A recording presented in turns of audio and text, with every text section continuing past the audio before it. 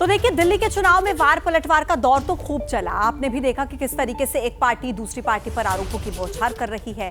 अब बड़ी खबर यह है कि बात मारपीट तक पहुंच गई। वोटिंग खत्म होने के बाद पुलिस के सामने आप और बीजेपी के उम्मीदवार और कार्यकर्ता आपस में भिड़ गए। दोनों तरफ से एक दूसरे को धमकी दी गई।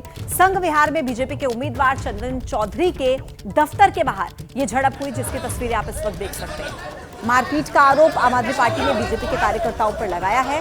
पुलिस के सामने ही किस तरीके से आम आदमी पार्टी और बीजेपी के कार्यकर्ता आपस में भिड़ते नजर आए, संगम विहार का ये पूरा मामला बताया जा रहा है। बीजेपी आम आदमी पार्टी के कार्यकर्ताओं पर आरोप लगा रही है और आम आदमी पार्टी बीजेपी के कार्यकर्ताओं पर आरोप लगा रहे हैं। बीजेपी के जो उम्मीदवार हैं चंदन चौधरी, उनका यह आरोप है कि दोपहर में पोलिंग स्टेशन पर उनकी पत्नी के साथ आप उम्मीदवार दिनेश मोहनिया ने बदसलूकी की और शाम में मेरे दफ्तर पर हमला कर दिया। संगम विहार से बीजेपी उम्मीदवार चंदन चौधरी जी हमारे साथ बात करने के लिए मौजूद हैं। कुछ देर पहले यहाँ पर क्या घटना हुई और क्या कुछ लोगों को चोटें भी आई हैं? 3 या 3:30 बजे की घटना है। हम लोग पोलिंग स्टेशन पर जा कर के देख रहे थे, विजिट कर रहे थे, पर्चियाँ बंटवा रहे थे। तो उसी दरमियान हमारी पत्नी भी KSK पब्लिक स्कूल पर खड़ी थी, मैं बाकी पोलिंग स्टेशन पर जा रहा था।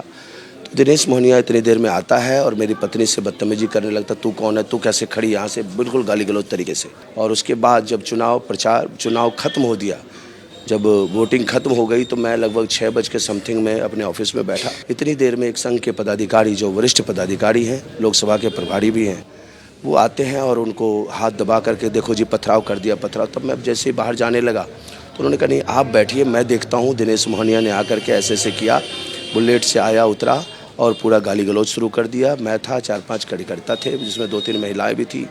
उसके बाद पथराव शुरू कर दिया। वो पथराव शुरू करने के बाद मैंने SHO को कॉल किया। SHO मौके पर तुरंत पहुंचे और एक्शन लेने की कोशिश की। तो फिर SHO पर भी और बाकी पुलिस अधिकारी पर भी वो पथराव शुरू कर दिया था उसने। अब देखिए, आम आदमी पार्टी के उम्मीदवार दिनेश मोहनिया का कहना है कि जब वो संगम विहार के ही एक इलाके से गुजर रहे थे तो उन पर हमला किया गया। मोहनिया ने पुलिस पर FIR दर्ज नहीं करने का आरोप लगाया। दिनेश मोहनिया जी हमारे साथ बात करने के लिए मौजूद हैं। दिनेश जी, कुछ देर पहले जो घटना हुई है उसके बारे में क्या आप बताना चाहेंगे? देखिए, मैं पोलिंग क्लोज होने के बाद अपनी बाइक से, मेरे आगे बाइक चला रहा था, मैं निकल रहा था वहाँ K19 में, जहाँ बीजेपी का ऑफिस है। और ऑफिस में से किसी ने डंडा फेंक के मारा, जो ये राहुल अग्रवाल, उनके सर पे लगा। उसके बाद मैंने बाइक से उतर गया तो मैंने पूछा भाई क्यों कर रहे हो, ऐसे करे कुछ, कि भाई ये क्या बदतमीजी से। तो रोड के दोनों साइड भाजपा कार्यकर्ता खड़े हुए थे। उसके बाद 30-40 लोग उसमें से आए और डंडे मारने लगे। जितने लोगों ने हमला किया सब यहाँ बाहर के लोग हैं, यहाँ का कोई आदमी नहीं था। और फिर उसके बाद पुलिस को बुलाया गया, मैंने कंप्लेंट की। और लेकिन अभी कंप्लेंट करे हुए लगभग 3.25 घंटे हो चुके हैं।